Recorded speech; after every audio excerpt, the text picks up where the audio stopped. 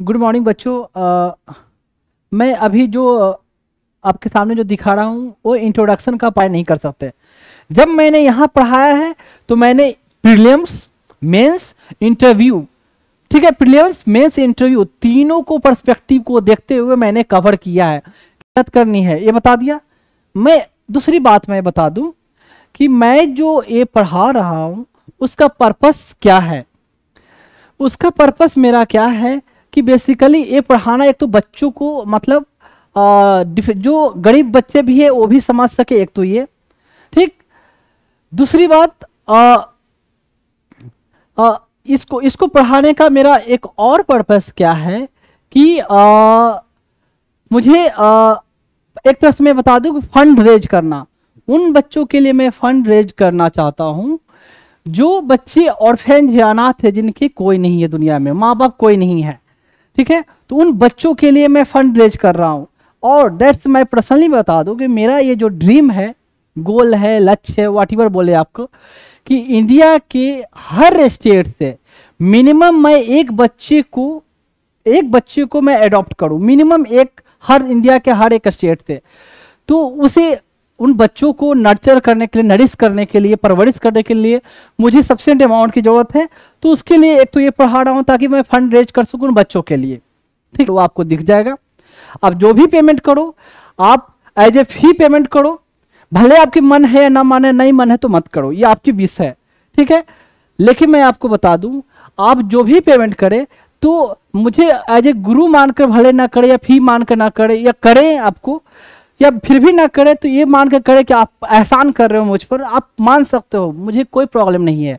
Means आप ये मान सकते हो कि आपने पेमेंट कर कर विकास कुमार पर एहसान किया। पर मैं आपसे ये रिक्वेस्ट करूंगा तो उन बच्चों पर ये मानकर आप मत पेमेंट करना कि उन बच्चों पर एहसान कर रहे हो। क्यों मैं आपसे ये बोल रहा हूँ, क्योंकि मैं जो काम कर रहा हूँ ना, मैं खुद मैं एक्सेप्ट ये नहीं करता हूँ कि मैं जो कर रहा हूँ उन बच्चों पर एहसान कर रहा हूँ, बिल्कुल नहीं। हमें ईश्वर ने दिया, खुदा ने, भगवान ने, जीसस ने, वाहेगुरु ने हमें इतनी ब्रेन दी, तो इसलिए मैं ये कर पा रहा हूं। अगर वो नहीं दे पाते तो मैं नहीं कर पाता, ठीक है। तो जो भी दिया हुआ उनका है, इसलिए मैं कर पा रहा हूं। तो इसलिए वो बच्चे बेचारे ऑलरेडी बहुत एहसान में जब रह चुके हैं। एक बच्चे को बिना माँ बाप का पलना बड़ा होना कितना डिफिकल्ट होता है, खुद सोच कर देखो। जब एक बच्चे की माँ चली जाए या एक दो दिन के लिए तो कितना बच्चा रोता है, तो उन बच्चों की हालत क्या रही होगी। तो इसलिए आप मुझ पर एहसान मान सकते हो, मानना कोई प्रॉब्लम नहीं है। I will accept that. आपने मुझे जो भी दिया, फी दिया, इवन 1 रुपया भी आप देते हो मुझे, तो मैं मानूंगा कि आपने एहसान किया। पर ये मत मानना कि आपने बच्चों पर एहसान किया, क्योंकि वो बच्चे ऑलरेडी एहसान में दबे हुए हैं। एक चीज और, जो भी आप पेमेंट करेंगे वो मैं बाद में दिखाऊंगा, तो उसमें मैं आपसे गुजारिश करूंगा कि आप अपना नाम मेंशन कर देंगे और अपना प्लेस जहां से आप बिलोंग करते हो, and your number if your wish, अगर आपकी विश है तो अपना नंबर उसमें मैसेज के साथ डाल सकते हो। नहीं डालना चाहते तो एटलीस्ट नाम एंड प्लेस जहां से आप बिलोंग करते हो, ठीक है। तो ये मेरा पर्पस मैंने बताया, और पर्पस, दोनों पर्पस सारे लोगों के बेनिफिट के लिए। एक चीज और, जो मैंने पढ़ाया है तो सिर्फ ऑफिसर बनने के हिसाब से नहीं पढ़ाया, सिर्फ इसमें मैंने बीच बीच में हर चीज, मैंने लाइफ के हर पर्सपेक्टिव को कवर किया है कि सिर्फ अफसर बनना नहीं, एक अच्छा इंसान बनना मैंने अपने बच्चों को सिखाया, जो आप लोगों को मैं सिखाया है इस अपने क्लास के जरिए। तो अब बहुत कम होंगे जो 98% हो सकता है, 98 भी 99 भी होगा जो जिनका नहीं मैच कर पाएगा। लेकिन ऑनेस्ट रहोगे, हमेशा खुश रहोगे, शान से जियोगे, शान से। करप्शन करोगे तो हमेशा डर डर के जियोगे। और एक आपका बहाना रहेगा, वो कभी भी ऊपर वाले आपको उंगली कर सकते हैं, कोई भी पॉलिटिशियन हो या अदर ऑफिसर हो। अगर कभी आपने गलती नहीं की है तो कोई कोई कुछ भी कर ले, भाई मैं तो इनोसेंट हूँ, मैं सही हूँ। और कभी किसी को बायस देकर काम मत करो। आगे वाले को समझ गया कि ये बंदा ऑनेस्ट है, ऐसा नहीं कि इसको फेवर करेगा, उसका फेवर। अगर सही है तो सही बोलेगा, गलत है तो गलत बोलेगा, और जो भी करेगा दिल से करेगा वो, और काम में उसका लगन, उसका तत्परता, कहीं ना कहीं आपको क्रेडिट मिलेंगे, मिलेगा। आज ना मिले, कल ना मिले, मिलेगी ही मिलेगी। और क्रेडिट मिले या ना मिले, ऊपर वाले खुश रहेंगे आपसे। सबसे ज्यादा आपके लिए क्या बड़ी अचीवमेंट है कि आप उनको खुश कर पाओ। इसको उसको आगे पीछे, आगे सीनियर वो सीनियर, उसको क्या मैटर यार। कुछ नहीं, उनको खुश रखो, उनको खुश करने की कोशिश करो, बहुत बड़ा चीज है। Ultimately goal of the life क्या है? हैप्पीनेस, हैप्पीनेस वो बहुत बड़ी चीज है। तो जो क्वालिफाई नहीं कर रहे हैं वो अनहैप्पी हैं, क्वालिफाई कर लिए हैप्पी नहीं, वहां जाने के बाद भी मेरा प्रमोशन नहीं आया, उसका प्रमोशन आ गया, वहां जाने के बाद भी उसको प्रमोशन आया तो उसको ये ब्रांच मिल गया, वो अच्छा मिनिस्ट्री में चला गया, अच्छा डिपार्टमेंट में, अच्छे जगह पोस्टिंग, वहां भी रो रहे हैं, हमेशा नाक रोते रहेंगे। तो अगर मन में खुशी का बना लो कि मुझे जहां भी रहना है, खुश रहना और सही तरीके से करना, वहाँ जहां भी डाल दो, कोई डिपार्टमेंट कोई मिनिस्ट्री में डाल दो, जहां रहेंगे हमारी अपनी पहचान रहेगी, हम अपने ऑनेस्टी से अलग करेंगे, डिफरेंट करेंगे और सबके लिए अच्छा करेंगे। डजेंट मैटर, कहीं भी डाल दो, रोना कभी नहीं है, मैं यहाँ डाल दिया वहाँ डाल दिया, ये मिला वो मिला, डजेंट मैटर। मेहनत जितना ऊपर वाले ने दिया है मैक्सिमम करो, जो भी मिले मन से करो, जहां भी जाओ। तो इंडिजिनस पीपल राइट, इंडिजिनस मतलब देसी, जो स्थानीय लोगों के लिए। तो इंडिजिनस लोगों के लिए मतलब इंडिजिनस मतलब इंडिजिनस ट्राइबल, पार्टिकुलरली ट्राइबल लोगों के लिए बात हो गया। ट्राइबल लोगों के लिए उनकी अपनी आइडेंटिटी है, अपना पहचान है, अपनी रोजगार है, अपना डिस्टिंक्ट लैंग्वेज है, कल्चर है, उनको प्रिजर्व करने के लिए। तो उसके लिए जो एक्टिविस्ट ग्रुप हो गए ये कहलाएं। वुमेन के लिए कुछ नहीं, सेम यार, समझ रहे हो ना क्या बोलूँ। एजुकेशन, हेल्थ, एक्सप्लॉयटेशन ना हो, ट्रैफिकिंग ना हो, और क्या होगा, पेमेंट सैलरी ये मिले वो मिले, मैटरनिटी उनको रिलीफ मिले, उनको बच्चा जहाँ है छोटा बच्चा के लिए खर्च उड़च की फैसिलिटी हो, ये सब होगा और क्या। बार बेस्ड ग्रुप, वकीलों का ग्रुप होता है, तो ये देखो एनजीएससी के लिए लोग पिटिशन ले जाते हैं। उसके अलावा सावड़ी वाला भी बार बेस्ड ग्रुप बताया था मैंने, सावड़ी वाला मंदिर में एंट्री वाली, उसमें भी एडवोकेट का ही यंग लॉयर एसोसिएशन मैंने बताया था, तो उनका ग्रुप है, वो लोग भी देखते रहते हैं क्या गलत कर रहा है, वो लोग भी पिटिशन ले जाते हैं भाई। वो लोग पिटिशन क्या, खुद वकील हैं, वहीं तो रोज तो कोर्ट में जाना ही भाई, तो एक कागज में लिख के वहाँ जो ड्राफ्ट तैयार करके डाल दिया, रोज तो पहुंचना ही है। हमें आपको कोर्ट जाना डिफिकल्ट है, मतलब इन द सेंस आम आदमी को जो रोज कोर्ट में जा रहा है, ऐसे कि दूसरे लोगों को हॉस्पिटल में जाना डिफिकल्ट लगेगा, जो डॉक्टर हैं उनको तो रोज डॉक्टर हॉस्पिटल में जाना ही यार, उनके लिए क्या है, एक आम आदमी के लिए हॉस्पिटल का चक्कर काटना बहुत डिफिकल्ट है, रोज टायर्डनेस बहुत एग्जॉस्टिव होता है। किसी भी हॉस्पिटल में जाओ, प्राइवेट हॉस्पिटल में जाओ, बड़े हॉस्पिटल में जाओ, फिर भी मैं बोल रहा हूँ किसी भी गवर्नमेंट ऑफिस में जाओ, किसी भी पुलिस स्टेशन में जाओ, आम आदमी को रोज चक्कर मारना उनके लिए डिफिकल्ट है। जो पुलिस में पोस्टेड, जो वही ऑफिसर हैं, एसपी हो एसएसपी, उनके लिए वही ड्यूटी है, रोज तो जाना है उनके लिए। लेकिन एज ए तुम अपना दरखास्त लेके जा रहा हो, अपना कंप्लेन लेके जा रहा हो, रोज दौड़ना पड़ रहा है, तो काफी ऑडेबल सिचुएशन है। कोई डीएम ऑफिस में जाओ या अदर ऑफिस में जाओ या कहीं मिनिस्ट्री में जाओ, तुमको दौड़ना है, तो हॉरेबल सिचुएशन है। मैं बहुत लोगों को देखा है कितना, इसलिए जहां रहो जो तुम्हारे पास पहुंच जाए, कोशिश करना कि वो बंदा खाली हाथ ना जाए, अब कुछ ना कुछ उसकी हेल्प तो कर ही देना जो तुमसे बनता है। या कभी कभी हेल्प करने के लिए रास्ते गलत अपनाने पड़ जाते हैं, सही रास्ते पर जाने के लिए तुम्हें पता है कि अगर पूरा लॉ फॉलो करने लग जाओ तो उसको नहीं मिलने वाला है, तो ये रास्ता से ऐसे जाओगे तो ऐसे होगा। इंटेंशन आपका सही रहेगा, रहना चाहिए। कभी कभी होता है और बिल्कुल पेपर के तरीके से देखा जाए तो नहीं कर पाते हैं, अलग रूट अपना के कुछ कुछ करना पड़ता है। कैसे अलग रूट ये मैं नहीं बोलूंगा अभी, और ओपनली बोलने की जरूरत नहीं, आप सर्विस में जब जाओगे खुद आपको एक्सपीरियंस हो जाएगा। अगर सिर्फ पेपर को फॉलो करने लगे तो नहीं हो सकता है चीजें यार, कोई अलग तरीका अपनाना पड़ेगा। तो अलग तरीका मतलब मैं गलत तरीके की बात नहीं कर रहा। Media autonomy group, media autonomy, media उतनी एक्शन ले रही है हमेशा। इंडियन एक्सप्रेस, द हिंदू में देखते हो कि कहीं गलत हो रहा है तो उसको पेपर में पब्लिश करते हैं, उस पेपर की रिपोर्ट के अनुसार से। कभी देखते हो कि सू मोटो एक्शन जुडिशरी लेती है, हाई सुप्रीम कोर्ट या हाई कोर्ट, या गवर्नमेंट एक्शन लेते हैं, या उस रिपोर्ट के अनुसार से पार्लियामेंट में डिस्कशन होता है, उसके अलावा पार्लियामेंट में मिनिस्टर को मजबूर किया जाता है कि उस पर एक्शन ले।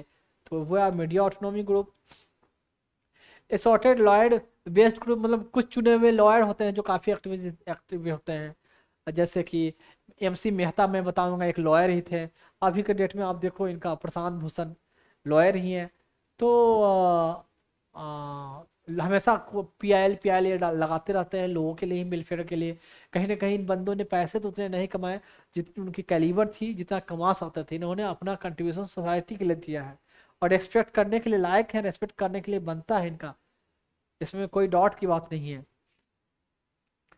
असॉर्टेड इंडिविजुअल पेटिशनर, कुछ ऐसे पेटिशनर हैं जो अक्सर पेटिशन लाते हैं, जैसे कि आपका क्या नाम दूं, पहले तो मेनका गांधी का बहुत सारा पेटिशन आता था, और सुब्रमण्यम स्वामी, सुब्रमण्यम स्वामी क्या है ना, पेटिशन डालते हैं, और एज ए लॉयर, वो लॉयर तो नहीं है, पर आप पता है ना कि आप लॉयर नहीं हो फिर भी कोर्ट में प्लीड कर सकते हो, मतलब केस मुकदमा किसी और के नाम पर आप फाइल करोगे, कोई एडवोकेट और रिकॉर्ड एडवोकेट वहां का रहना चाहिए, लेकिन आप चाहो तो आप उस बात को, इनकी शायद वाइफ लॉयर थी, और कई बार कोर्ट में जाते हैं तो इनको इतना एक्सपीरियंस हो गया सुब्रमण्यम स्वामी को, वो खुद मुकदमा लड़ते हैं, सुब्रमण्यम स्वामी। अब बाकी तो कौन, पी चिदम्बरम तो खुद इकोनॉमिक्स भी रहे हैं, लॉयर भी रहे हैं पी चिदम्बरम। तो sorted individual group of petitioner हो गया। तो अब चलते हैं example of judicial activism, theory theory की बातें हो गई, अब है जजमेंट। अब आएगा, देखिए इंदिरा गांधी नेहरू वाला जो केस है, इसमें मैंने बता दिया था ये वाला, साथ में मैंने ये भी अभी कुछ देर पहले किसका नाम बताया था, वी आर कृष्णा अय्यर की मैटर। देखिए ये जो जजमेंट आया नवंबर में, वो जून का ही जजमेंट आया था, जून में ही गया था, किनके बेंच पे, वी आर कृष्णा अय्यर ने, जिन्होंने उसको जजमेंट को, इलाहाबाद हाईकोर्ट के जजमेंट को थोड़ा ओवर रूल तो किया, कंप्लीटली नहीं, पार्शियली, कि इंदिरा गांधी है जो प्रोसीडिंग में पार्टिसिपेट नहीं करेंगी, सेशन में अटेंड कर सकती हैं लेकिन वोट नहीं दे सकती है, ये सब बातें वहां मेंशन किया था वी आर कृष्णा अय्यर ने।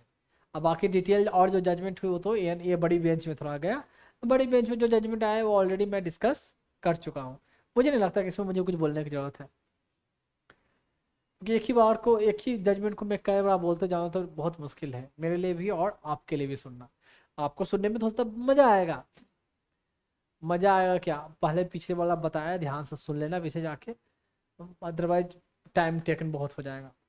ये कौन है, कौन है ये, मेनका गांधी का केस क्यों आ गया यार, इंदिरा नेहरू गांधी वर्सेस, अच्छा नेक्स्ट केस आने वाला है, हाँ अगला केस आएगा मेनका गांधी का केस आएगा, सॉरी, तो Maneka Gandhi versus union of India अगला केस आएगा। मेनका गांधी यंग में ऐसे दिखती थी उस समय जब केस आया था, तो उसमें ऑफ कोर्स संजय गांधी जिंदा थे, इनके हस्बैंड थे, और न्यूली मैरिड होंगे, कुछ साल ही हुए होंगे, तो इंदिरा गांधी ये इनका मेनका गांधी का, मेनका बोलते हैं मनिका बोलते हैं, ऐसे लोग मेनका मेनका बोलते हैं, लेकिन मनेका इंग्लिश में मनेका है, मनका, मनेका, हिंदी में तो मेनका गांधी कहा जाता है, ये इंग्लिश में मनेका गांधी है। देखिए जी केस कब का है, हाँ 1978 का केस है, थोड़ा एक बार रीड कर लो, मुझे प्यास लगी है।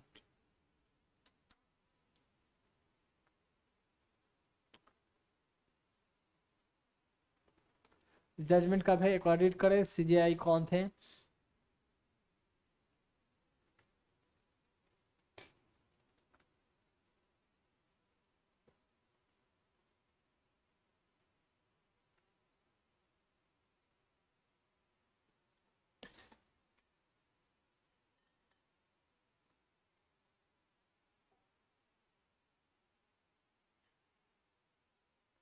हाँ जी, बेग साहब, एमएच बेग जिनको बोला गया, मैंने नाम आया है पहले, डेट ऑफ जजमेंट देख लो, बैकग्राउंड क्या था, बैकग्राउंड कभी ना कभी आई थिंक जहां तक मुझे याद है मैंने डिस्कस किया था,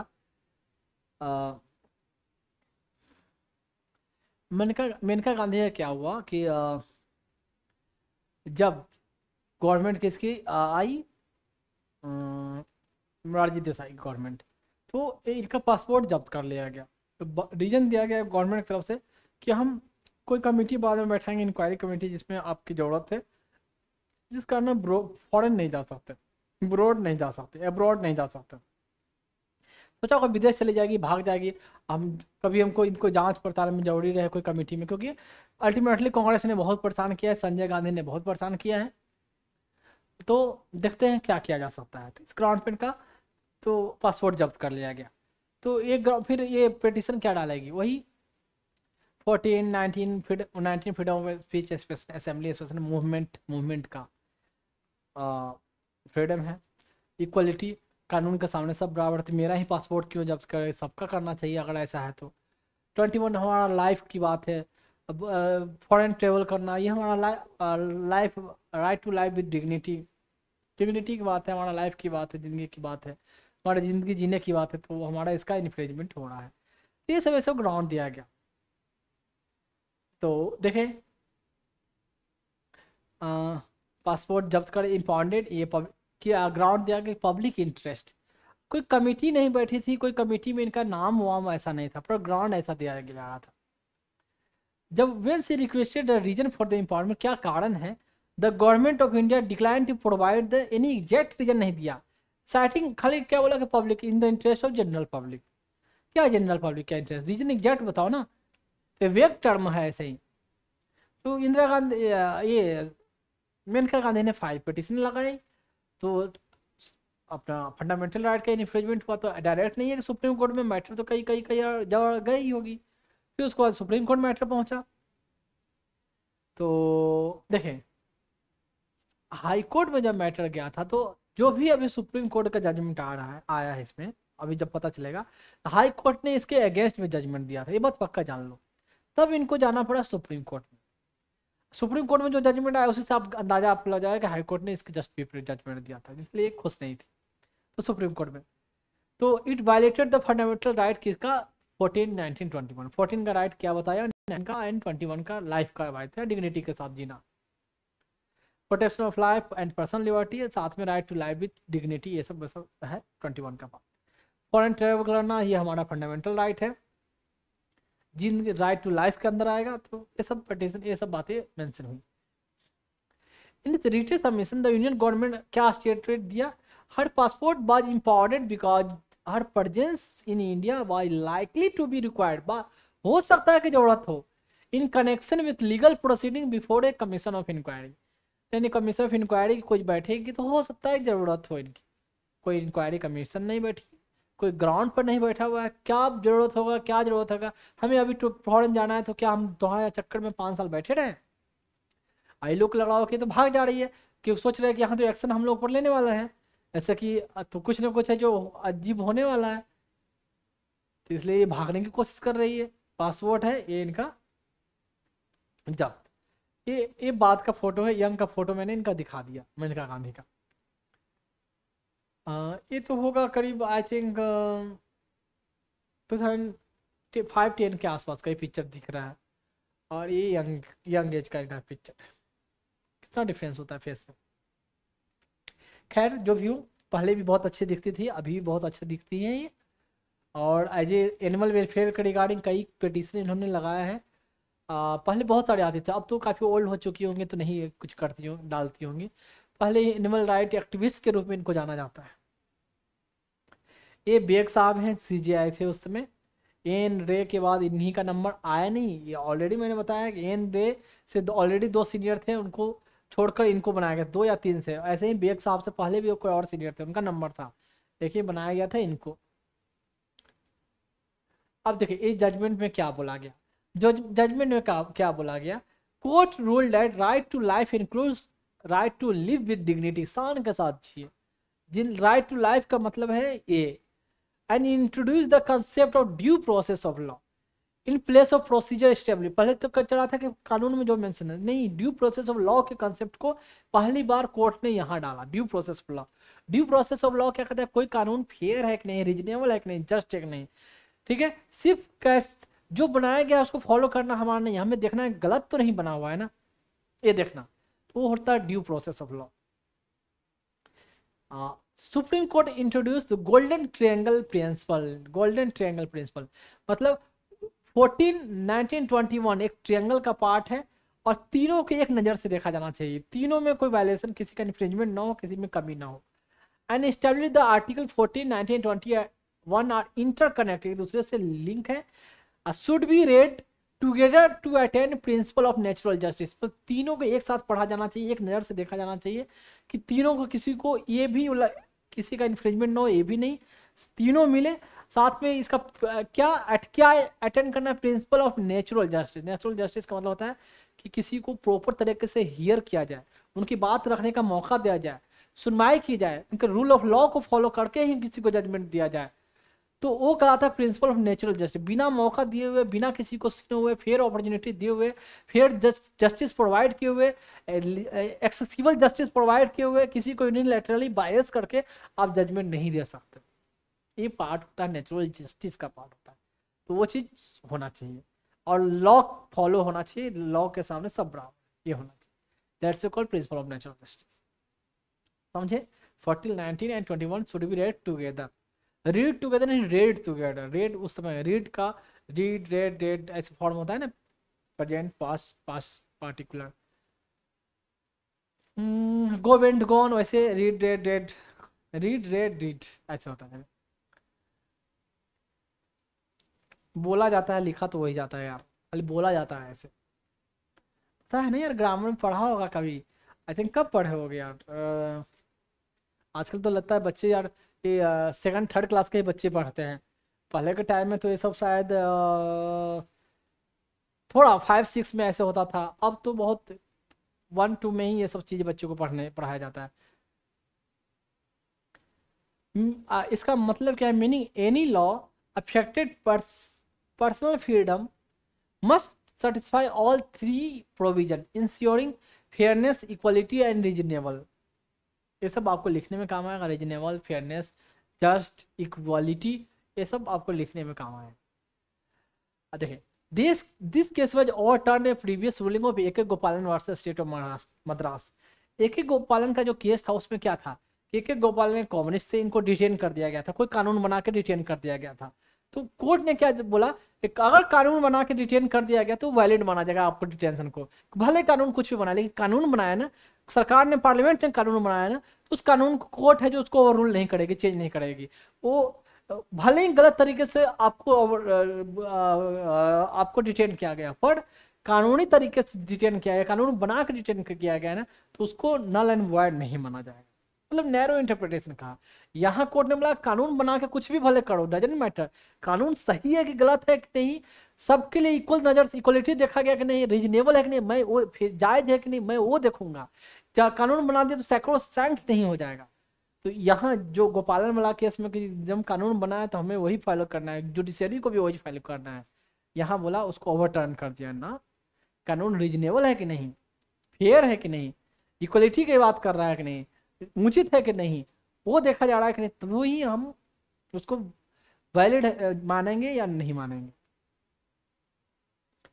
तो court also held that passport authority has been conferred power to suspend or cancel a passport in the interest of national security। मतलब ये सही बात है कि नेशनल सिक्योरिटी के इंटरेस्ट में कर सकते हैं पासपोर्ट को, किसी को पासपोर्ट को से कोई टेररिस्ट है उसका पासपोर्ट को है जो कब्जे में कर ले, जब्त कर ले, कर सकती है।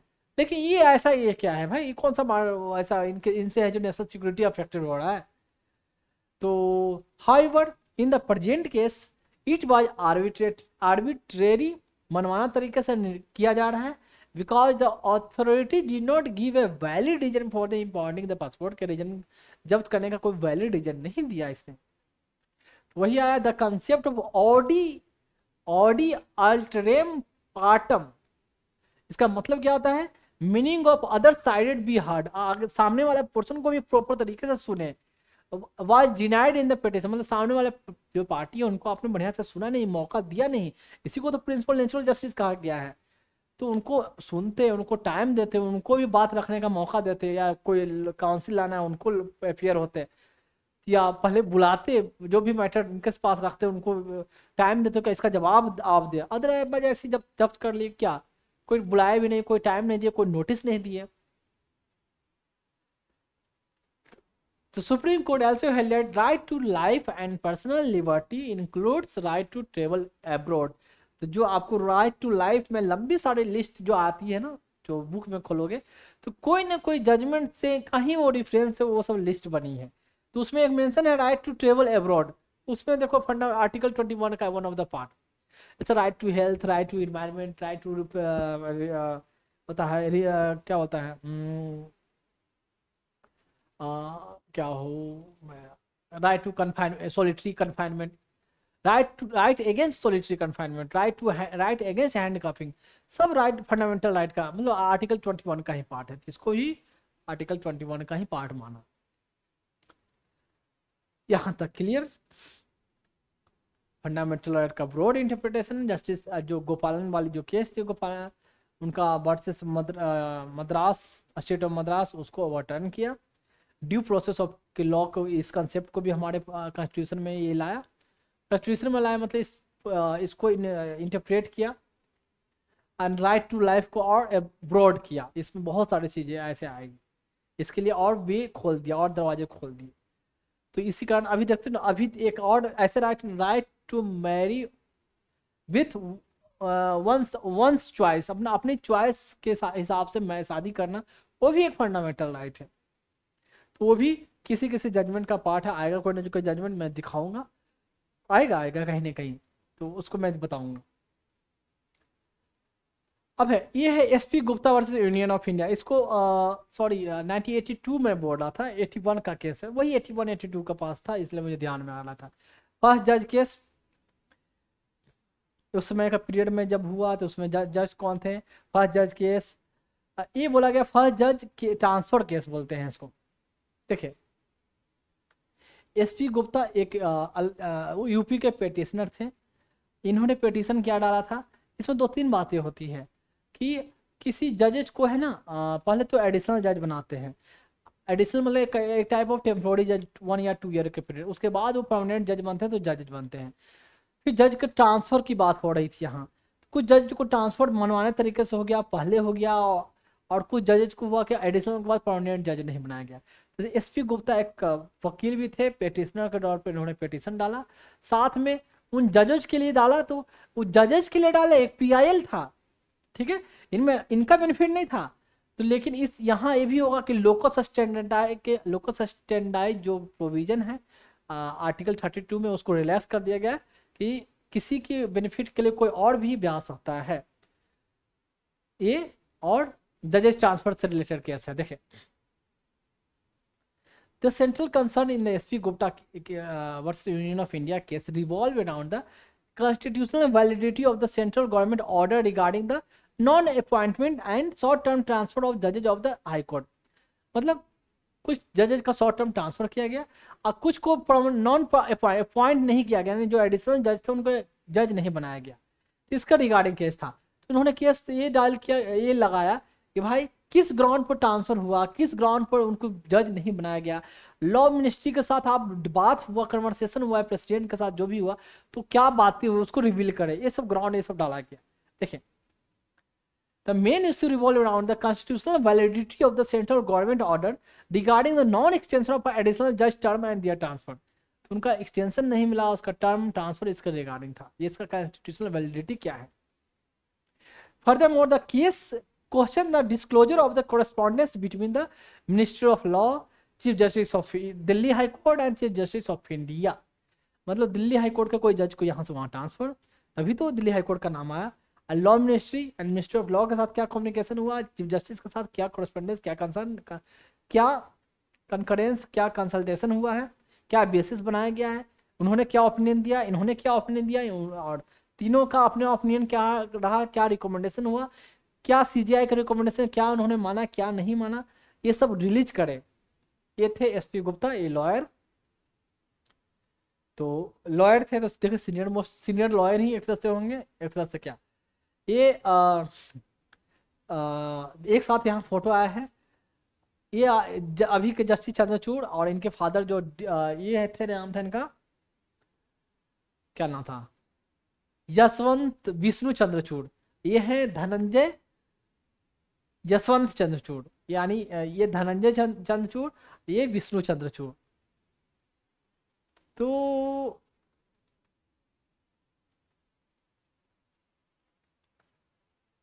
चलेंगे to the standing locus stand, जिसको बोलते हैं standing of the petitioner word also raised. यहाँ चैलेंज हुआ कि भाई आप लाए हो तो पेटिशनर जो जजेज जिनका ट्रांसफर नहीं हुआ उनको आना चाहिए था, उनके बदले तो आप आए हो, इसको भी चैलेंज किया गया।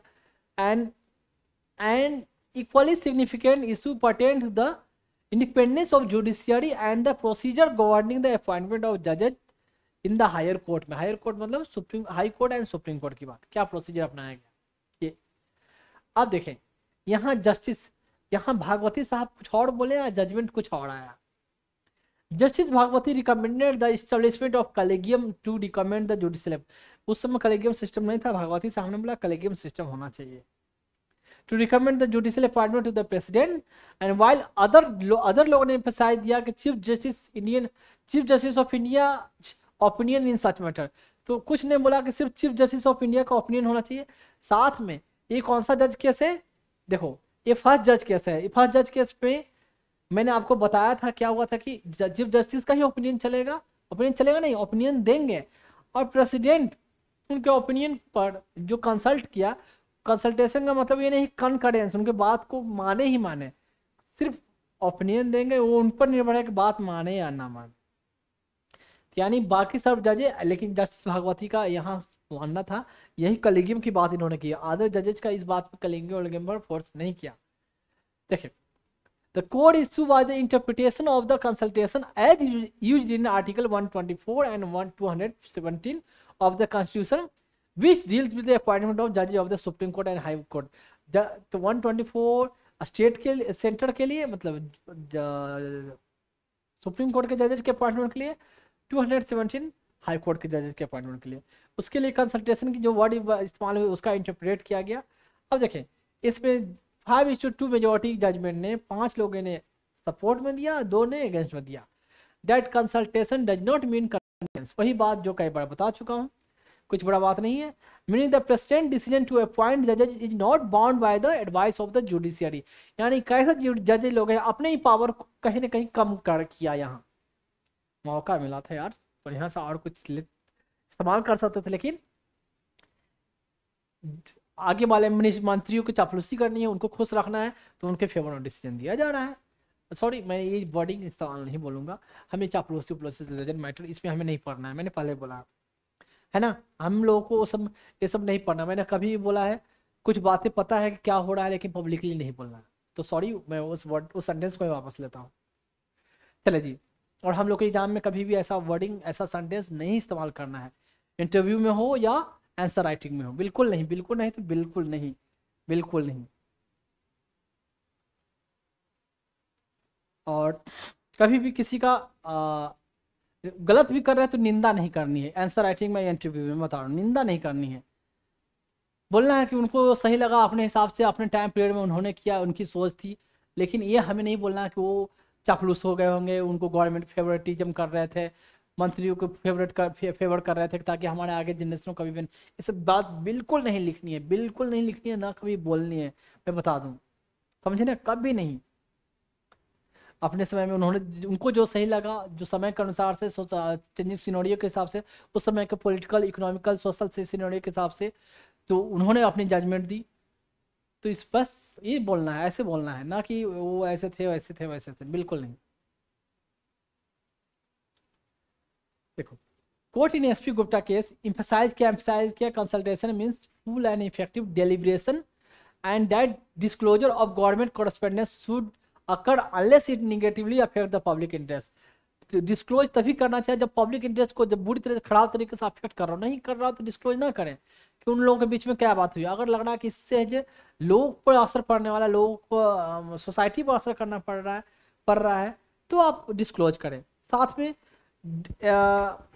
कंसल्टेशन का मतलब ये नहीं कंकरेंसी, विचार विमर्श करना, डेलिब्रेट करना, ये हुआ तो हम, ये जरूरी नहीं है कि हम माने ही माने, मतलब वो प्रेसिडेंट इनके चीफ जस्टिस सीजीआई के बात को माने ही माने। Supreme court affirm the independence of judiciary, affirm तो कर रहे थे कि जुडिशरी का इंडिपेंडेंस, मतलब ये लाइन जो है भागवती साहब जो 5:2 वाले में होंगे ना, तो 2 वाले होंगे वो बोल रहे होंगे कि affirm the independence of judiciary is a fundamental pillar of the Indian constitution.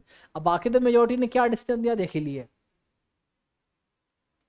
तो thus the judgment sought to balance the independence of judiciary का independence with the executive constitutional role, executive का ही संवैधानिक रोल होना चाहिए इनका appoint करना। तो ये जो अपॉइंट करने का अभी यहाँ जो पावर किसके पास था, एग्जीक्यूटिव के पास था, बाद में धीरे धीरे जुडिशरी ने अपने पास ले लिया।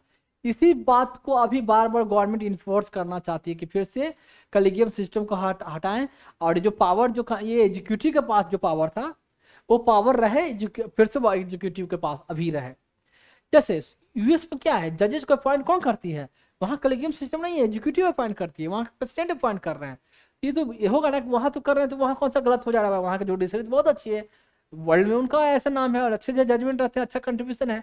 तो कोई ऐसा थोड़ी है कि नेता लोग या पॉलिटिशियन अपॉइंट करेंगे जजेस तो बिके हुए जज रहेंगे, जैसा लोगों का सोच है। तो ये सब दिया जाता है ग्राउंड, वहाँ तो चल रहा है ना भाई, तो ऐसे क्यों नहीं हमारे यहाँ भी हम लेजिस्लेचर जो है, मतलब पॉलिटिशियन जो अपॉइंट करे जजेज का, जैसे पहले हो रहा था।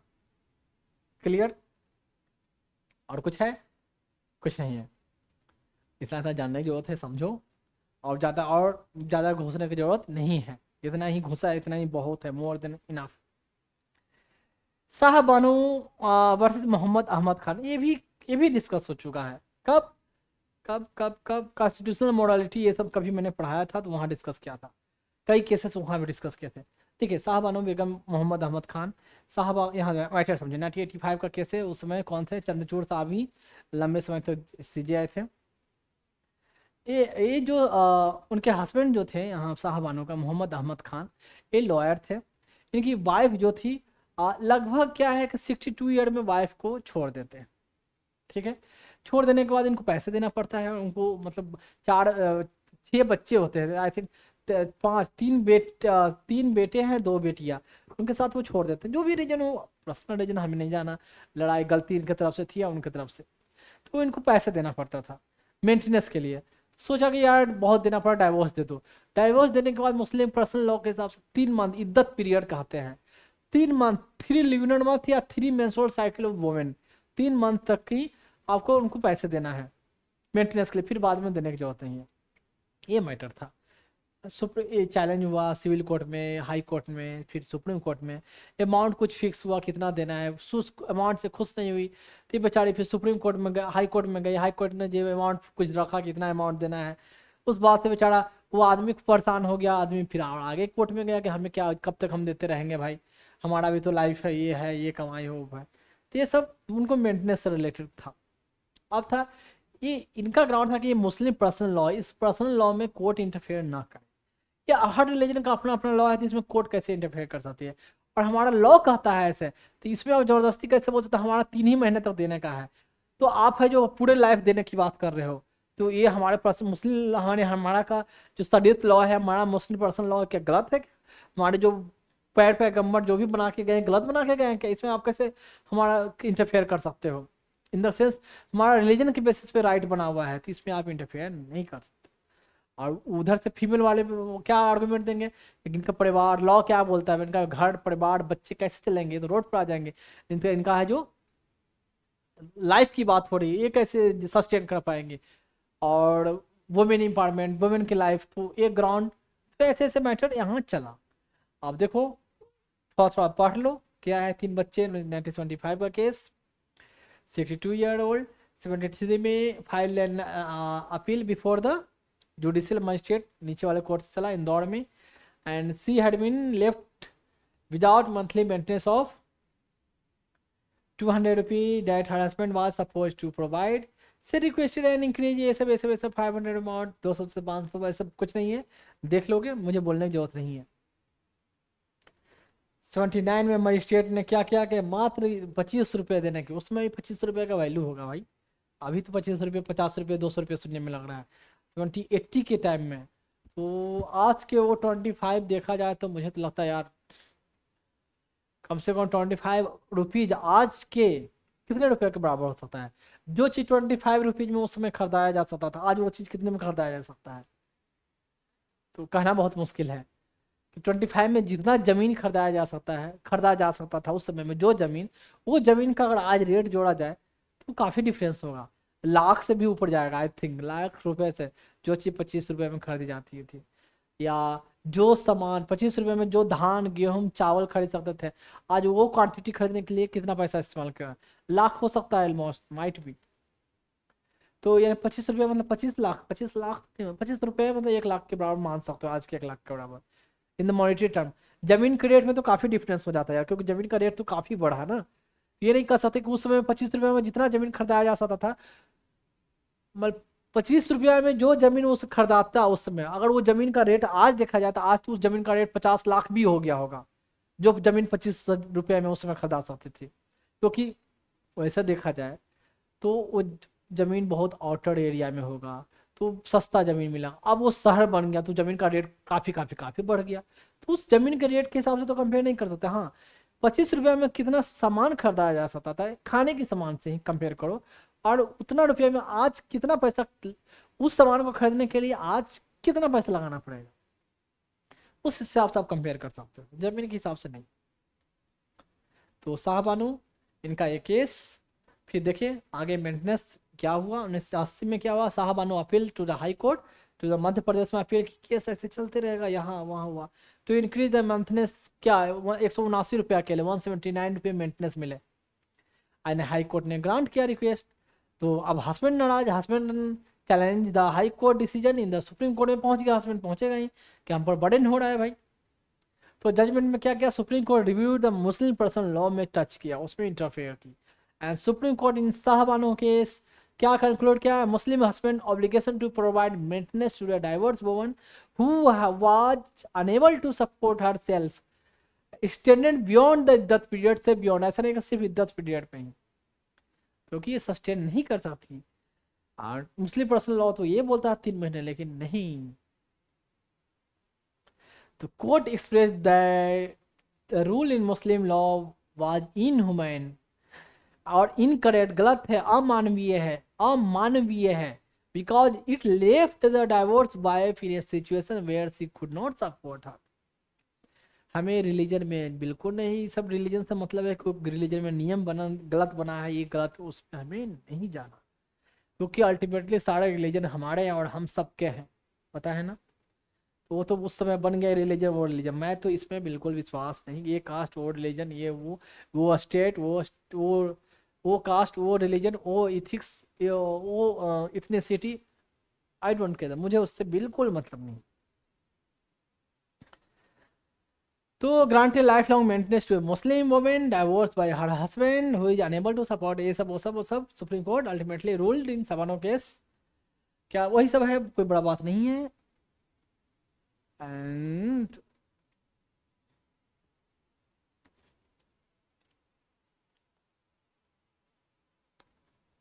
समझ गए, कुछ नहीं था, इतना इतना था इतना।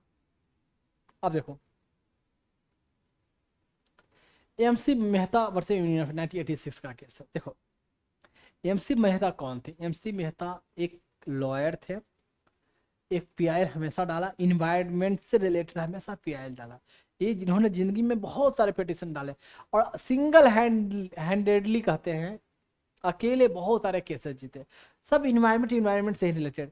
अल्टीमेटली बंदे ने कितना पैसा पैसा तो नहीं कमाया, पर इन्होंने नाम कमाया, फेम कमाया, लोग में इज्जत कमाई।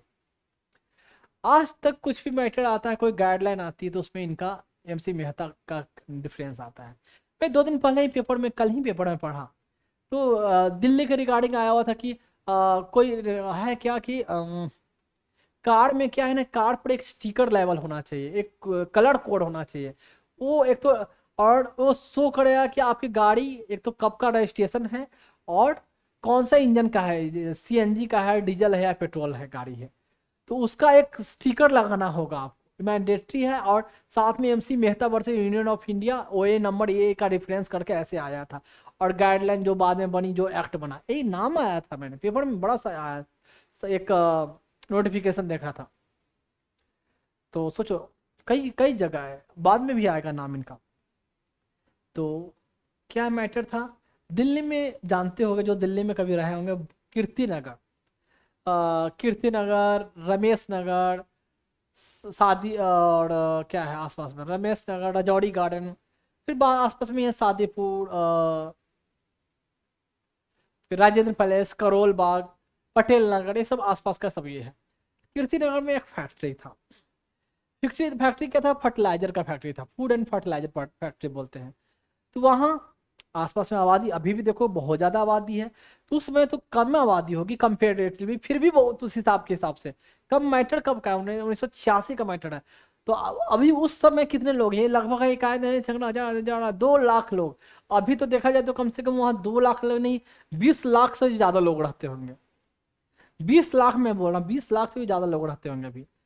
फैक्ट्री से गैस वैस लीक हुआ, गैस ओलियम गैस नाम है इसमें, हानिकारक गैस था। तो 2 पिटीशन हुआ, एक तो ये डेट को, और 2-3 दिन बाद फिर से लीकेज हुआ कहीं पाइपलाइन से। तो लीकेज के कारण आसपास फैल रहा था लोगों में। साथ में एक वकील जो 30,000 कोर्ट, दिल्ली में एक सिविल कोर्ट है 30,000 कोर्ट, सिविल कोर्ट नहीं डिस्ट्रिक्ट कोर्ट है 30,000 कोर्ट, तो वहां का एक लॉयर भी थे ना, वही रहते थे, तो वो गैस के कारण वो मर गए। तो एक पिटीशन डाला, 2-3 दिन बाद फिर से गैस लीक का और आया और केसेस बढ़े, फिर पे एक और पिटीशन डाला इन्होंने। और ग्राउंड क्या था कि इसको कहीं और शिफ्ट कर दिया जाए। देखो फैक्ट्री तो जरूरी है भी है ना भाई, खाद बनने के लिए, खेती के लिए जरूरी है, लेकिन ऐसे जगह में रखे कि जहाँ आम लोग जानते, पब्लिक लोग, पब्लिक का जो कह रहे हैं कि बहुत सारे आपास में जैसे कि लोग पब्लिक एकोमोडेशन ना हो, लोग वहां पर बसे हुए बहुत ना हो। इससे क्या हो कि गैस वैस लीक हुआ, लोगों में फैला, कितने लोग मरेंगे। तो आउटर एरिया में, शहर से बाहर जहाँ लोग आबादी उतना नहीं हो, डेजिग्नेट कर दें इंडस्ट्रियल एरिया, उधर इस्टेब्लिश करें। साथ में जो जो लोग मरे हैं उनको कंपनसेशन दिया जाए। कंपनसेशन देने की बात होती है, इसके रिगार्डिंग एक केस हुआ। और गाइडलाइन बनाया जाए कि फैक्ट्री कहाँ इस्टेब्लिश होना चाहिए, कितने एरिया में होना चाहिए, गैस लीकेज को रोकने के लिए क्या होना चाहिए, उसको तुरंत स्टेप क्या लिया जाना चाहिए, और जो भी उसके लिए एक प्रॉपर पूरा लेजिस्लेशन, कानून, एक्ट बनाया जाए। ये इनका पर्पस था। तो कुछ नहीं, वही जो बोला लिखा हुआ, chemical process is release hazardous substances, oleum gas causing public nuisance in response to harmful emission and she closure and relocation, close करे, रिलोकेट करे। इसी का नाम बोला गया Shri Ram caustic chlorine and sulphuric acid plant, जिसको क्या बोला, फूड एंड फर्टिलाइजर प्लांट भी बोला गया, श्री राम के नाम से था। तो गैस तो chlorine gas, sulphuric acid gas तो निकलना ही है, एक ओलियम गैस का नाम आया है। तो पब्लिक अटॉर्नी कहा गया है मेहता साहब को, इन्होंने 2 पिटीशन 4 और 6 को फिर डाला, क्योंकि फिर से गैस लीक हुई। आर्टिकल 20 राइट टू लाइफ की बात हुई, और 32 सुप्रीम कोर्ट में फंडामेंटल राइट को इन्फ्लुएंस करने के लिए हम पिटीशन ला सकते हैं। और सुप्रीम कोर्ट ये आर्टिकल 32 का इस्तेमाल करके फंडामेंटल राइट को इन्फोर्स करने के लिए रीट इशू करे, या डायरेक्शन करे और दे, या इन्वायरमेंट को लिए, इन्वायरमेंट सिक्योर करने के लिए, इन्वायरमेंट क्लीननेस को सिक्योर करने के लिए अपने पावर इस्तेमाल करे। आर्टिकल 32 के अंदर जो पावर है फंडामेंटल राइट को इन्फोर्स कराने के लिए। तो ये हैं बहुत बड़े शख्स, रेस्पेक्ट के लायक है, रेस्पेक्ट करनी भी बनती है। MC Mehta, I think, I don't know his alive और नॉट, शायद 1986, मुझे नहीं पता, एक बार आप चेक कर लेना अलाइव है या नहीं है। बहुत सारे नहीं जानते हो, जान लो MC मेहता। जजमेंट में क्या हुआ, let the justice PN Bhagwati director the closure of several industry causing pollution in Delhi and ordered compensation for those affected by gas leak, and directed the relocation of hazardous industries for the safety and well-being of the public and environment के लिए, and ordered compensation for the worker in those industry who lost wages during the relocation। relocation के time में time लगेगा ना भाई, relocate यहाँ से वहाँ करेंगे तो 2 महीना 6 महीना फिर से वहाँ एस्टेब्लिश करना, इतने देर में इन मजदूरों का क्या होगा जो काम कर रहे हैं। तो इनको भी पैसे कुछ मिले, और जिनको जो मरे हैं उनको तो कंपनसेशन मिले ही मिले, कहीं और लोकेट करें। और भी ये गाइडलाइन बनाने की बात भी कही गई सेफ्टी के कंसर्न में, जो यहाँ मैंने मेंशन नहीं किया है, जरूरत अभी नहीं था। समझ गया ये केस। अब आता है Indira Sahni versus union of India. ये OBC रिगार्डिंग जो क्या थी 27% वैलिडिटी, इसमें CGI कौन थे, कन्हैया साहब, एक और फर्स्ट CGI थे, उनके भतीजे हुए मधुकर लाल हीरा लाल कन्हैया, और ऑलरेडी डिस्कस हो चुका है, मुझे बोलने की जरूरत नहीं है। कियोटो होलोहान वर्सेस जचिल्लू, ये भी केस मैं डिस्कस कर चुका हूँ, एंटी डिफेक्शन लॉ के रिगार्डिंग था। कौन थे इसमें, और सारा डिटेल मैंने पिक्चर उच्चर जो नागालैंड के थे क्योतो होलोआन, उनका एक पिक्चर दिखाया था जिनमें उनकी दांतें कुछ टूटी हुई थी, याद आया, नागालैंड के थे। अच्छा, चिल्लू साहब का मुझे कोई फोटो नहीं मिला था तो मैंने कोई पिक्चर नहीं लगाई थी। अब बोमई, एसआर बोमई का जो जजमेंट, इसमें भी बहुत सारा डिटेल मैंने डिस्कस कर दिया था। जस्टिस कुलदीप सिंह वो सरदार जी थे, नो बोल्ड स्टेप लिया, लंबी चौड़ी गाइडलाइन बनाई प्रेसिडेंट रूल के रिगार्डिंग, कब लगाया जा सकता है किस कंडीशन में, डिस्कस हो चुका है पहले ही, यहाँ रख दिया गया है। इसके लिए भी पीआई लगाया गया था और डिटेल सुना गया था।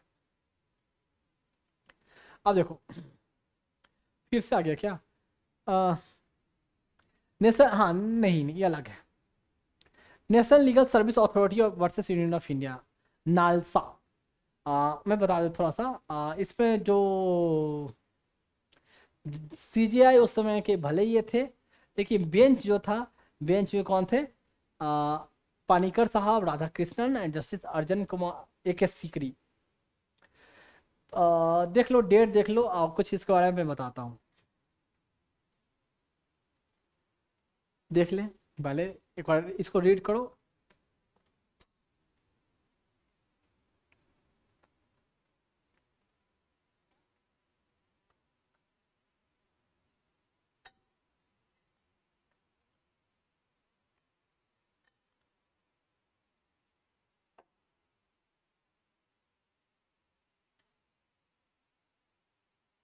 देखिए,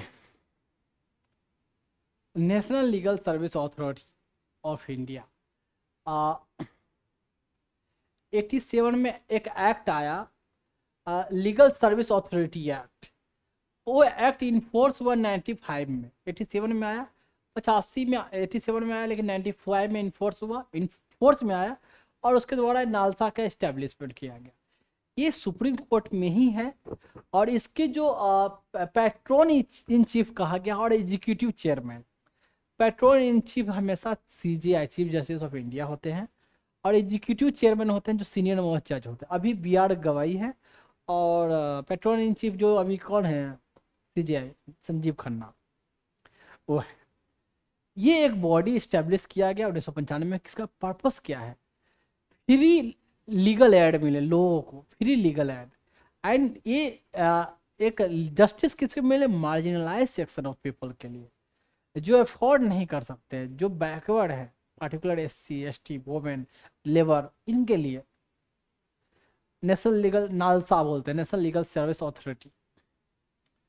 ठीक, सुप्रीम कोर्ट में ही है, इसकी जो चीज बता दिया। और इसका पर्पस होता है कि देश में लोक अदालत को सेटअप करवाना। लोक अदालत क्या होता है, लोक अदालत है जो डिफरेंट स्टेट लेवल पर, डिस्ट्रिक्ट लेवल पर, कई जगह और तालुक लेवल पर भी होते हैं। लोक अदालत या तो कोई पार्टिकुलर डे मंथ में, कोई सब वीक में, या जनरली पार्टिकुलर डे इस्टेब्लिश करवाया जाता है। इसमें जो लोक अदालत छोटे लेवल पर, उसमें जो छोटे छोटे मैटर है, जो छोटे छोटे सिविल मैटर है या क्रिमिनल मैटर है, क्रिमिनल मतलब चोरी का, यहाँ से घर से चुरा लिया, उसका चुरा लिया, इसका जमीन ये कर लिया, उसका जमीन कर लिया, वहाँ बढ़ के बढ़ा लिया, इसके साथ लड़ाई हो गया, ये सब बहुत पिटी मैटर है, जो कोर्ट में, किसी भी कोर्ट में या तो लिस्ट हुई नहीं है, अभी मैटर पहुंचा नहीं है, ठीक है, या मैटर पहुंचा है पर उस पर फैसला नहीं हुआ है, तो इसमें पार्टी चाहे तो ये जो इसमें पार्टी चाहे तो क्या बोलते हैं, लोक अदालत में अपना अपील लाकर मैटर को ला सकती है कि हमारा मैटर को यहाँ सुना जाए। लोक अदालत में जो जजेज कौन होते हैं, जो जुडिशियल, रिटायर्ड जुडिशियल ऑफिसर खासकर हुए, जो डिस्ट्रिक्ट जज के या वो बेलो वाले सबऑर्डिनेट करके जजेज हुए, रिटायर्ड हो गए वो, या एक्टिंग जज जो रिटायर नहीं हुए जो जज है वो भी रह सकते हैं, या कोई जो ये तो है साथ में कोई डिस्टिंग्विश सोशल सर्वेंट, जो सोशल सर्विस में जिनका कंट्रीब्यूशन है, या जिन इन जनरल कोई जाने माने उस एरिया के पहुंचे हुए रेस्पेक्टेड पर्सन, ठीक है, रेस्पेक्टेड पर्सन जिनका सोसाइटी में कंट्रीब्यूशन रहा, वो उस वहाँ उसमें जो बेंच बैठेगी जजेज का, उसमें वो रहेंगे। मैटर वहीं के लोकल लेवल का, डिफरेंट डिफरेंट स्टेट में, डिस्ट्रिक्ट में, तालुका में, विलेज लेवल पर ये लोक अदालत का ऑर्गेनाइजेशन हो, सेटअप किया जाएगा। कोई पार्टिकुलर दिन, और ये सब मैटर को सुना जाएगा। खुद आप अपनी मर्जी से पिटीशन लाइएगा छोटे छोटे मैटर को। और सुनने में क्या बेनिफिट है क्या ना, कि दोनों पार्टी को डायरेक्ट जज से बात करेंगे, कोई जरूरी नहीं कि आप वकील आपको रखने, कोई वकील रखने की जरूरत नहीं है। कोर्ट में लिस्ट होगा, नाम आएगा कि नहीं, वकील रजिस्ट्रार के पास जाएगा, पैसे वकील को दोगे, डेट आएगा, आज केस फाइल करोगे, 2 साल बाद तुम्हारा हियरिंग, पहला हियरिंग होगा, यहाँ लाओगे तुरंत सामने होगा।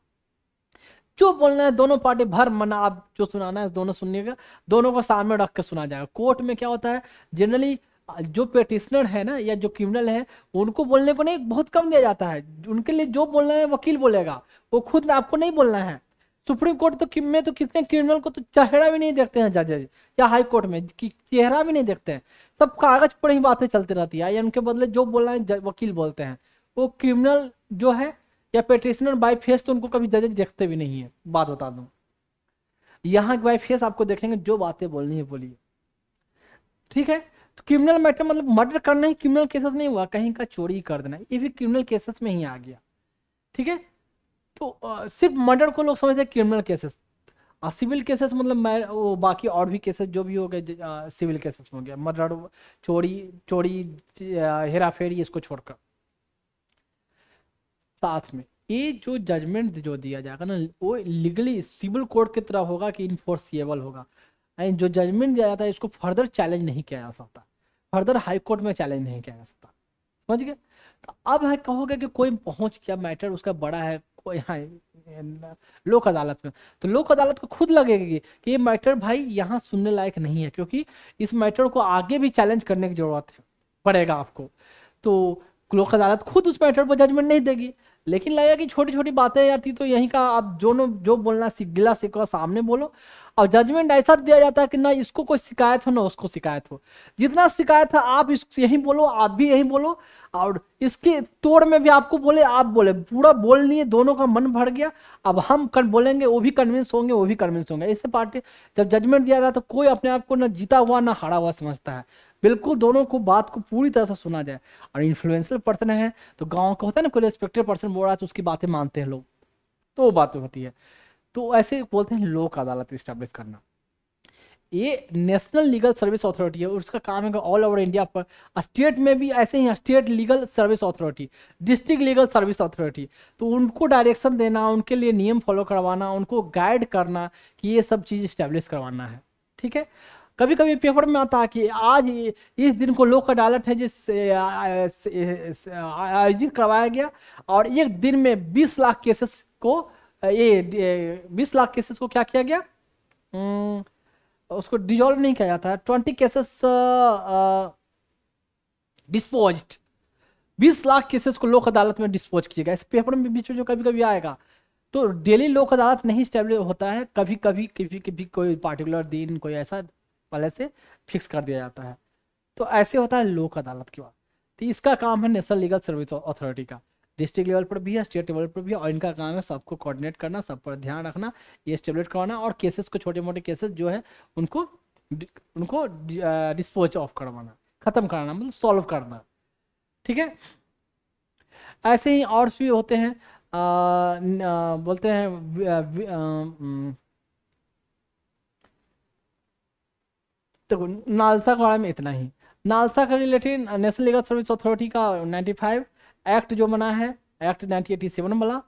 एंड फिर ऐसे आता है विलेज अदालत, विलेज न्याय अदालत करके आता है, उसके लिए 2002 में एक्ट बना है, उसके लिए मैं जाऊंगा नहीं। कंज्यूमर फिर आता है इसके लिए कॉमर्स के लिए भी, कॉमर्शियल कोर्ट भी है, फैमिली कोर्ट भी है, तो उसमें हमें अभी मैं नहीं जा रहा हूँ, उसमें जाने की जरूरत भी नहीं है। फैमिली कोर्ट मतलब मैरिज, डाइवोर्स, एडॉप्शन, बंटवारा, भाई बहन, माँ बाप को कोई छोड़ दिया, बाप को छोड़ दिया, भाई को छोड़ दिया, तो इसका फैमिली का इशू है, उसके लिए फैमिली कोर्ट में मैटर जाती है। उसके लिए फैमिली कोर्ट इस्टेब्लिश पे मोस्ट ऑफ द डिस्ट्रिक्ट में या ये फैमिली कोर्ट इस्टेब्लिश है।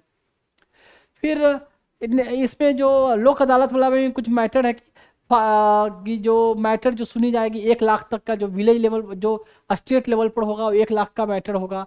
जब ये नेशनल लीगल सर्विस अथॉरिटी ये जब लोक अदालत ऑर्गेनाइज करवाएगी तो कम से कम मैटर 5 लाख से ऊपर का ना हो, और ये जो स्टेट लेवल पर जो ऑर्गेनाइज करते हैं तो उसमें पैसे का जो वैल्यू 1 लाख से ऊपर करना, ऐसे ऐसे समय के अनुसार से जो भी डाला जाता है मॉनेटरी वैल्यू या एक अमाउंट रखा जाता है, इससे बियॉन्ड वाला मैटर नहीं सुनेंगे। बस ये हुआ लोक अदालत। एग्जाम में आता है नेशनल लीगल सर्विस अथॉरिटी के बारे में, थोड़ा थोड़ा ऐसे पूछते हैं पर्पस क्या है। और हमारा 39 ए क्या बोलता है, फ्री लीगल एड की बात करता है एंड एक्सेसिबल जस्टिस की बात करता है। 39 ए डीपीएसपी में मेंशन भी है इसके रिगार्डिंग। तो नेशनल लीगल सर्विस अथॉरिटी ने एक पिटीशन डाला यूनियन ऑफ इंडिया, इसके साथ साथ कोई और भी पिटिशनर थे। पर्पस क्या था कि जो थर्ड जेंडर है ना उनको रिकॉग्निशन मिले। रिकॉग्निशन मिले मतलब कोई भी गवर्नमेंट की स्कीम आती है, कोई भी फॉर्म आती है तो ऑप्शन देते हो मेल और फीमेल भरने का। What about the third gender, जो ट्रांसजेंडर है वो बेचारा मेल कैटेगरी क्लिक टिक करे या फीमेल कैटेगरी टिक करे। अगर ना कोई कैटेगरी टिक करे तो फॉर्म तो आगे बढ़ेगा नहीं, मैंडेटरी है। इसका मतलब वो एग्जाम देने के लिए, कोई गवर्नमेंट स्कीम के लिए के लिए या कोई पब्लिक पोस्ट के लिए, कोई गवर्नमेंट जॉब के लिए, इसके लिए एलिजिबल नहीं है, नहीं कर सकते, तो फॉर्म तो आगे लोगे नहीं। तो उनकी भी आइडेंटिटी रहे ना, उनको भी एक ऑप्शन में रहे थर्ड जेंडर, तो क्लिक ठीक कर सके। उनकी पहचान के लिए, उनका कॉन्स्टिट्यूशनल रिकॉग्निशन के लिए, उनको स्टैट्यूटरी रिकॉग्निशन के लिए, अपने सोशल आइडेंटिटी के लिए ये पिटीशन डाला गया, समझे। तो नेशनल लीगल सर्विस अथॉरिटी ये खुद एक बॉडी है, तो ये एक तरह से पीआईएल है, पीआईएल लाया गया। अब देखें बेंच कौन कौन थे ये बता दिया, ये और बैकग्राउंड में देखें नेशनल लीगल, ये नालसा जो है पेटिशनर थी, साथ में देखिए और कौन, वो नाम ऑलरेडी पता चल गया होगा तभी आप खोल कर देख रहे हो। तो ये यूट्यूब पर चैनल इस नाम से है, और मेरी जहाँ भी लोगो होगी हमारा तिरंगा वो होगा। फेसबुक पे, ट्विटर पे जिसको एक्स बोलते हैं, या यूट्यूब पे या इंस्टाग्राम वेरीवर, तो इसकी जो आईडी होगी इस नाम से देख सकते हैं, ऐसे इसे सर्च कर सकते हैं। क्या है @Dr.Vikas ठीक। एंड नेक्स्ट चलते हैं, और जैसे सब लोग बोलते हैं या एज यू विश जैसे फॉलो करो, क्या बोला जाता है, like subscribe and follow something like that, तो योर विश।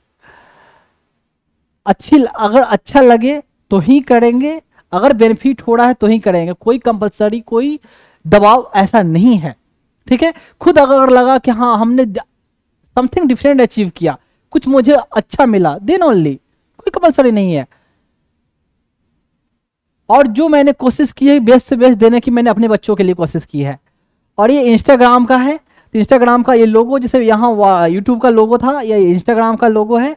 और जो हमारी जो आईडी है ये पता नहीं है, थोड़ा आगे पीछे हो गया है, इसमें एक साथ होनी चाहिए था, पता नहीं मैं स्लाइड में करता हूँ तो ये आगे पीछे हो जाता है, मैंने पहले भी बताया है, तो एक साथ में ही होगी, Dr.Vikas_IAS। तो ये रहेगा आपका इंस्टाग्राम पर। हालांकि यूट्यूब, इंस्टाग्राम जितने भी हैं सब लिंक किया हुआ है, तो एक से जाकर दूसरी जगह आप जा सकते हो। तो थोड़ा सा इसकी एक जगह कर लेंगे, ये अप डाउन हो गया है। लैपटॉप में तो नॉर्मल दिखता है स्लाइड में, पर इसमें करने के बाद यहाँ ऐसे आ जाता है डिजिटल बोर्ड पे।